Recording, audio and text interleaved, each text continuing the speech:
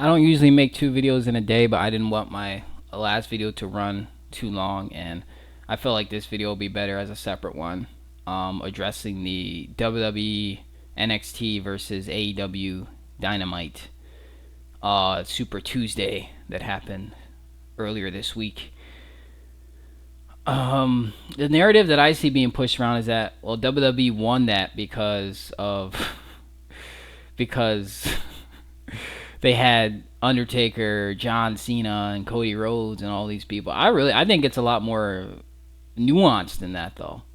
I think it is.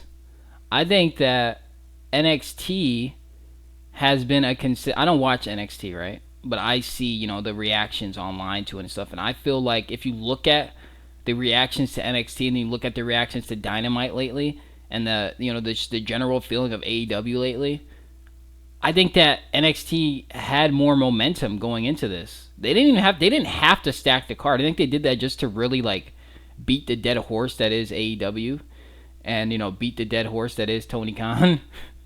I think they really just did that just to mess with him and to make him react. And I think it worked. Of course it worked. They won, but still, I don't think they even had to do that. I think they could have gotten an easy 900, 800K. At least 800K without all those legends that they stacked it with. But it was a special night. It was a special occasion. And I don't understand the logic that AEW is allowed to, stack the deck. Then when WWE does it, they're the bad guys? I don't understand that. I also don't understand the logic that AEW wants to consider itself competition, but they don't want to compete with the best WWE has to offer. I don't understand that either. So, when they put John Cena on there, when they put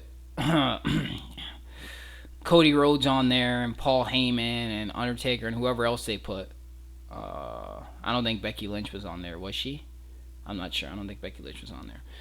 But, I don't watch NXT, but just looking at the reactions, AEW has been stagnated, and AEW fans, they like to hype it up, but the fact of the matter is, we don't care about 5-star dream matches. That's just the reality. We don't care about 5-star dream. We don't care about some guy from CMLL or New Japan or whatever coming in and competing in a match that we know he's going to lose because he's from another company.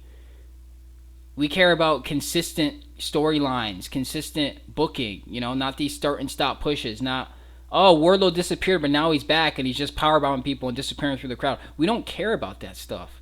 That's not the kind of stuff that's going to make people tune in every week. Why would somebody tune into your program every week when you admit that, the weekly program is bad, but the pay-per-views are good, so you should shut up?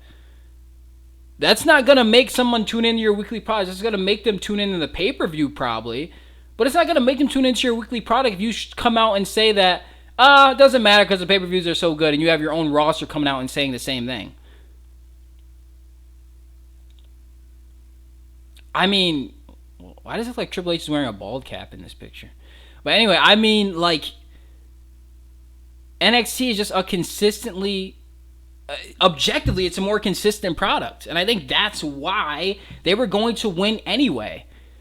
If NXT went back to Wednesdays, they'd probably win. They'd probably close the gap in that Wednesday Night War. What was it, 72 something? 84 something? I forgot the exact number. I think 84 is the WCW one, right? 84 weeks. But it's just a consistent. It's a more consistent product. And in AEW, everything is so boring and predictable. Now I get it. People, they don't like when the older guys come into NXT and win their championships. But I think that adds a factor of unpredictability to it, kind of. That someone can go over to NXT, whip the younger guys, and become a champion there. It adds unpredictability to it. It adds something fresh to it, a little bit of flavor to it. In AEW, what just happened with the international title situation? So the guy, Orange Cassidy, big workhorse champion, okay, he loses it to Jon Moxley. Moxley defends the belt against Rey Fenix. He gets hurt because he got dropped on his head 2 times, not once, but 2 times. got dropped on his head. He did the entire match concussed, which obviously isn't going to help anybody. He does an entire match concussed. So Ray Phoenix, they call an audible. Ray Phoenix wins the belt. Ray Phoenix is now the champion for a couple weeks. They have a plan in place because Ray Phoenix has visa issues. They have a plan in place for whoever he's going to face on the October 10th episode of AEW Dynamite. That person is going to be the one to take it off of him. And who do they pick? They could have picked someone who hasn't been giving a shot. They could have picked Swerve Strickland. He's hot right now. They could have put it on Wardlow. They could have put it on someone who might need the championship right now. Someone that they have not pushed yet, that they haven't given TV time to yet. Someone fresh and new. Nah, they give it to Orange Cassidy. Well, who wants to watch? If the same people in a rotation are going to win the belt, and they did it twice that night.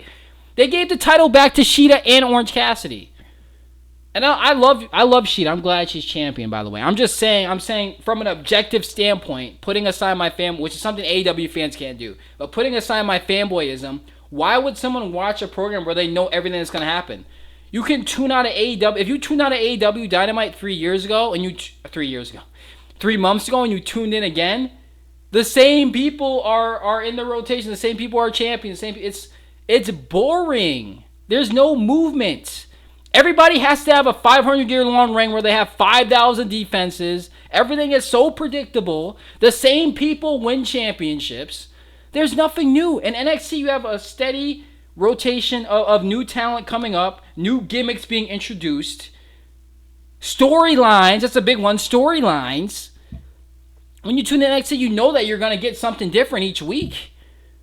You might get a whole new character, a whole new champion each week. And I think the character work really helps NXT. That's why they have such a dedicated and loyal fan base that will watch them no matter what is on. AEW doesn't have that. It's the same people. Jon Moxley, Orange Cassidy. Okay, we get it. We get it. You like Orange Cassidy. We understand. Oh my God. Wow, we get it. They're still trying to push Sammy Guevara. Nobody's reacting to him. Oh my goodness. Why is Orange Cassidy a champion again? Was that necessary? Does he need the title? Is it an absolute necessity that you have Orange Cassidy as champion again? We got it the first reign. Okay, he's a workhorse champion. We understand. We do not care. Oh my God. Oh. It's the worst wrestling program on television, I swear to you guys. Well, maybe Rampage is worse, but still. Wow. Unbelievable. And the feuds go on forever. The feuds go on for like 7 months. Oh my God, we're still in this Don Callis nonsense. Why is every Chris Jericho feud 2 years long? What is Ricky Starks doing anymore?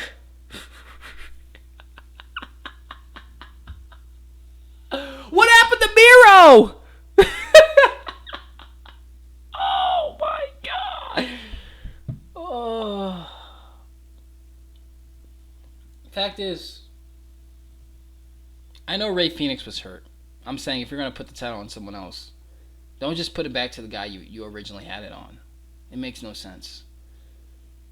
Have a nice program where you build somebody up to be a credible threat to Jon Moxley for Moxley's big return match. And Moxley wins the belt back from that person. Even if you don't use that person again, at least you gave them that time. You gave them a chance. It's the Booker of the Year. He's messaging YouTubers. There's levels to this. And I think Shawn Michaels and his team are a completely different level than Tony Khan and Will Washington or whoever the hell else they got back there. And I think it's obvious to anybody without their rose-colored goggles, without their fanboy goggles on. Anyway, that's that video. Enjoy the rest of your day, guys. Shawn Michaels owns Tony Khan.